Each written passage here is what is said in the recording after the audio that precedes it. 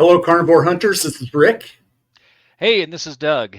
And Rick and I have both completed our first 15 days with the Stelio continuous glucose monitor. If you want to go back, if you haven't seen them yet, we'll put a link above to the start of those videos. It's pretty interesting seeing what our glucose was over the doing the carnivore diet, and then when you take those steps out and do little cheats here and there that so many people like to do. And then even we both had some real big cheat days. So you get to see what that actually does to your body. Yeah, and if you just go to our homepage too, you can look for blood sugar experiment. We have a separate folder for all this, but we'll still include the link, like Doug said. Uh, I found it really interesting throughout this, the last 2 weeks because Doug's results were darn near perfect. Where whenever I went outside of the carnivore lifestyle, I had some very dramatic spikes in my blood sugar, and I've been calling them sugar highs in the videos. I don't know if that's relatable, but that's what I've been calling them. But I also think back to my medical history where, at one point I was pre diabetic and then I was type 2 diabetic. And then I decided to get on this carnivore lifestyle, which brought me back into a normal range. And so we're not experts with any of this. We tell you guys that all the time. So we are going to do one last video on this with our good friend Laura Russell. That's tentatively set for the 25th. So be looking for that. And she is going to give us her interpretation of the results. Yeah. And I do think, though, that I think there's a couple of factors. One, you were a bit more sick than I was before starting the carnivore diet.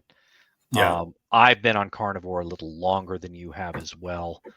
And mainly I got on it to lose weight and to help my wife with her problems. But ironically, so whereas my resting glucose ran somewhere around like 105 pretty consistently, she was running in the 80s and 90s. So I thought that was pretty Wow. interesting. Yeah.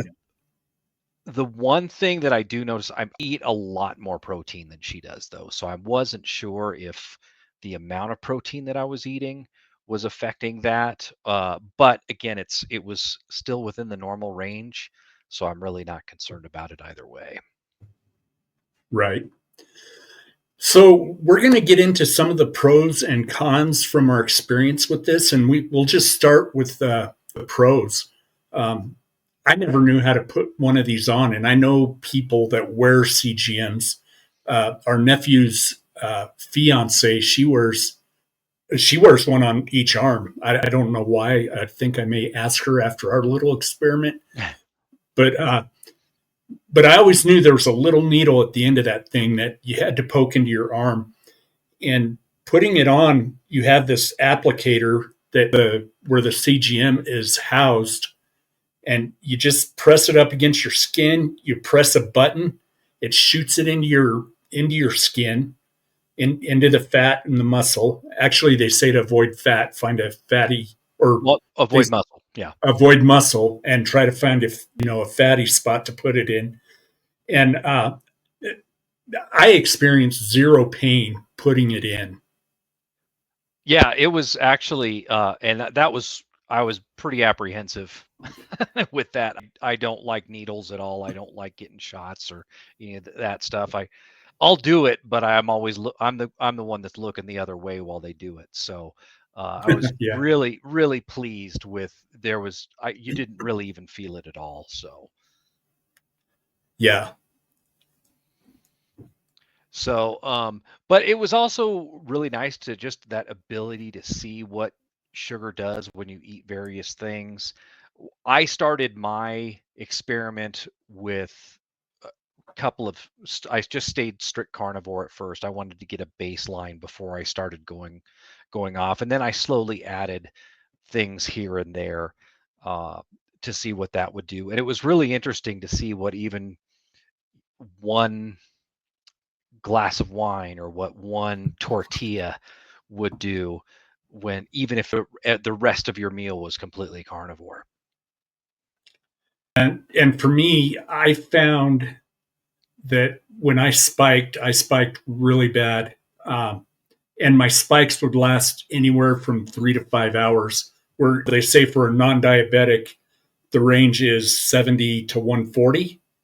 And when I would cheat or experiment, I want to say, my window of spiking or my sugar high was anywhere from 3 to 5 hours. And it was really disappointing yet eye-opening. Yeah, definitely. And it was nice to see. So there's two ways that you can see the data. There is the app that's on your phone, and then there's also the web app which you can sign into from a laptop or a desktop that is called Clarity, and that you can really chop up the data a lot better than you can on the app. That was one of my favorite parts, was looking at the Clarity data. I kind of geek out on those kind of statistical numbers, and it was just fun to look at and interesting when you compare it to the experiments you were conducting. Mm-hmm. Um, Go ahead. Oh no, I was actually going to say another pro for my wife. She tends to have little cheats far more often than I do, and it was for her. It was a big eye opener. Like I try to stay as strict as possible. I always have, and every once in a while, you're at a birthday party for your grandson or something. Yes, you're going to have a cupcake with them. I mean, not everybody would, but I figure once every 4 or 5 months isn't going to kill me. Um, my wife is more like goes out with her friends and every once in a while, and she would have little cheats here and there, and she was really going like, wow, this is happening every time. So um it, it can be a really good eye opener, even though logically that it's not good to eat these things, and that there is a consequence even when it's just a little bite or something like that. But when you actually get to see the numbers, it can really change your thought process. Yeah, I totally agree. Let's, and actually, I'm going to talk about that a little bit more here at the end, Doug, because for me, it was a huge eye opener, but we'll get to that in a bit. Mhm. We're going to go over some of the cons right now. And one of the first things I experienced is that the phone app would either crash on occasion, particularly when I tried to look at it in a landscape mode. When you're looking at it, what's it called with your phone straight up and down? Portrait? Yeah, when you look at it in portrait mode, you get a small snapshot of what your blood glucose is doing.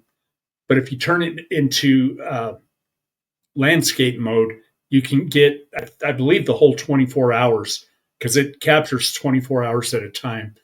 And I tried the first time it happened, I wasn't sure if it was my phone or the app, and I reboot my phone and nothing helped. And then magically the next day it started working again. So that was just kind of a weird little bug. I never actually had that issue. It never crashed for me, but then again, I don't think I ever once tried to put it in landscape mode, so maybe that's why. You're Android, right? Yep. Yeah, me too. So yeah, I'm not sure what that was about. So also that just the fact too that you're stuck with that 24 hours, and you can't compare kind of day over day with the phone app. You can do that on the web app with Clarity, but you can't do it on the phone app. So you need to find a laptop or some sort of web browser where you can pull up that full Clarity website to see additional data. Yeah. Actually, I thought of another pro, Doug, is with the Clarity, you can actually download all your data into a PDF. Mm. Any statistical data that you want to capture, you can actually download that into a PDF, and then you can send it to your doctor or share with friends and family, whatever. Right. But another con is I thought it was kind of strange that the Clarity data and the phone app data were off by an hour. Clarity, it seemed, was always an hour behind. And I didn't quite understand that. I don't know if that's something in the algorithm they built in that, hey, every hour will upload the data.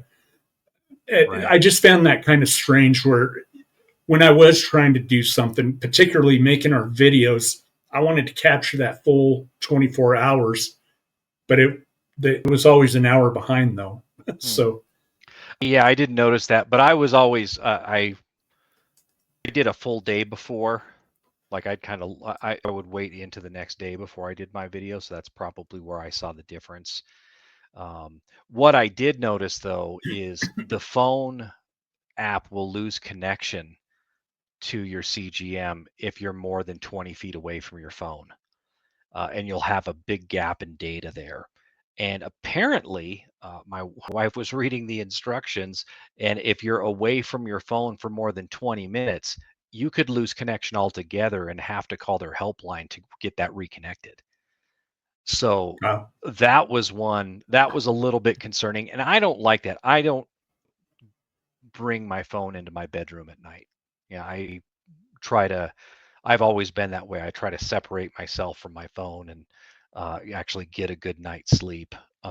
But because I had that CGM on, I was compelled to bring it into the bedroom and have it sitting next to me. So that was something I didn't like for sure.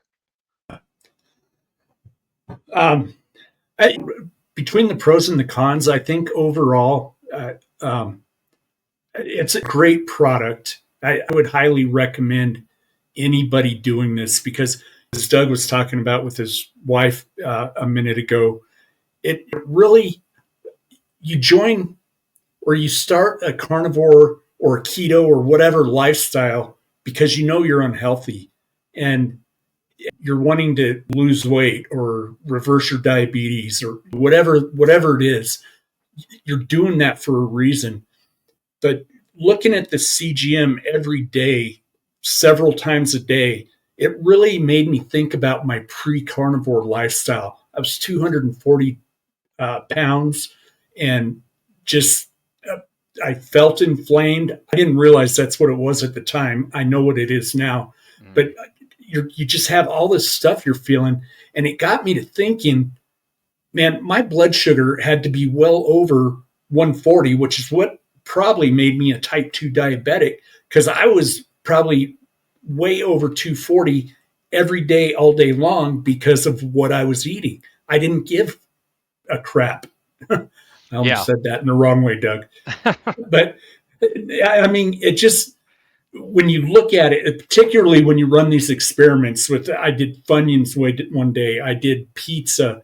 And when I saw what it was doing to me, I was like, holy crap, this was me probably 24 hours a day. And it's made me realize I can't even do keto because I spiked on a keto dessert. And so I'm pretty much stuck eating carnivore for the rest of my life. Yeah. And it's not to say that, again, I think every once in a while you can have a little splurge, but I think it really has helped me even more change the way I look at food. I've gotten to a point now where I look at meat as food and plants are seasonings in small amounts and to potentially medicine in larger amounts. But that's something for if you actually get sick, which in the last 2 years, I haven't been sick a day. So probably don't need the plant medicine, do you? Since you've been on carnivore. Yeah. Same here. I did a video on that one time and I think that was 6 months or a year ago. And knock on wood here, I still have not been sick. As a matter of fact, it was a short I made and I asked the question. So tell us now and talk to us in the comments below. How long have you been on carnivore? And in that time, have you been sick? And Yeah, if so, how bad? I'd be interested to hear that too, because I've just not come down with anything. Once I thought I was getting a scratchy throat, and it was gone by the end of the day. Like I woke up and so I don't know if my throat was just dry, if I just needed some water or what, but that was the closest I've been to being sick in the last 2 years. And I used to get sick once a year, roughly. Yeah, me too. Once, twice a year. And yeah, I haven't been sick at all. I do get a runny nose from time to time, but Mhm. that's the extent. I don't feel like I have a cold, a flu, none of that.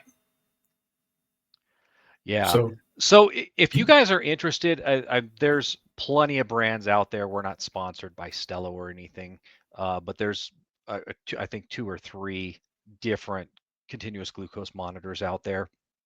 I would actually recommend that you try this just because it's interesting to see what yeah, these little offsets do to you. Now, I will say if you're new to carnivore, if you're in your first 90 days, don't like, get yourself healed first. Get past that first 90 days. Find a new normal with your body. Stay strict carnivore at least for that first 90 days. And then if you want to maybe test on adding some things back in, I think that would be the time to try it. Um, but the ones that we got were $90 for two of them in the pack, and Rick and I both got them. We each shared the second one with our wives. Each one lasts 15 days. So 2 weeks, I think, was pretty much good enough for me for this run. I do think maybe in a few months I'll put on another one and try again, maybe try some other things. But realistically, in 15 days, I pretty much got all the data I need. yeah, I'm going to disagree with you a little bit here, Doug. I think, particularly if you're brand new or thinking about starting carnivore, if you have the money, because you get two of them for $99 with Stello. So you get a month's worth of data. It might be interesting to see. Okay, I was living a crappy lifestyle here, and put the CGM on maybe a day or two before you start, just so you can see what your blood sugar is doing. Then get 100% carnivore, um, intermittent fasting, all that good stuff, and see what your body does at that time. And especially if you can afford to do it for 90 days, I think that would be a really cool test to see. Yeah. And so if you have the money, do what you're gonna do. I'm just thinking like for my situation, any of you guys who've watched us for any amount of time, I did get the keto flu pretty bad because I went from I I think it was like a birthday party and Italian food and cake on Sunday to carnivore, very strict carnivore on Monday, and I did get a bad case of the keto flu. Um, I don't know what that did to my numbers. That might actually be interesting to look at if somebody wanted to, but um, I just don't know. I guess my question is how is there really that much you could learn from it, or would it just be for your own information? I think that's I think that's where you and I differ. I think you're saying like, hey, I think it'd be interesting to see, where I'm like, I don't think there's as much to learn from that as far as like what I need to do to move forward. If they're riding 170 or even beyond that, and they go to the carnivore and see it come down, and then finally get back into an acceptable range, I'm going to guess you'd Could be a probably see that motivator. with it. Yeah, it'd be within the first week, I would guess. I'm just guessing, but within the first week, you'd see that change. And then say you're like, you eat a Snickers bar and it goes way out of control for you. Then you can go, oh, I effed up. I can't do that anymore. I think like I said, and like your wife said, it's an eye opener when you see those changes. Particularly, but with you, Doug, it wasn't a big deal because you never went out of range. For me, I must have that glucose sensitivity that I just like Dr. Ken Berry. He says it all the time. He's like, I can't eat anything or I'm going to spike. I've heard him say it several times, and I think I'm just like Dr. Berry, where man, if I eat an apple, I'm going to spike. And apples are healthy, right?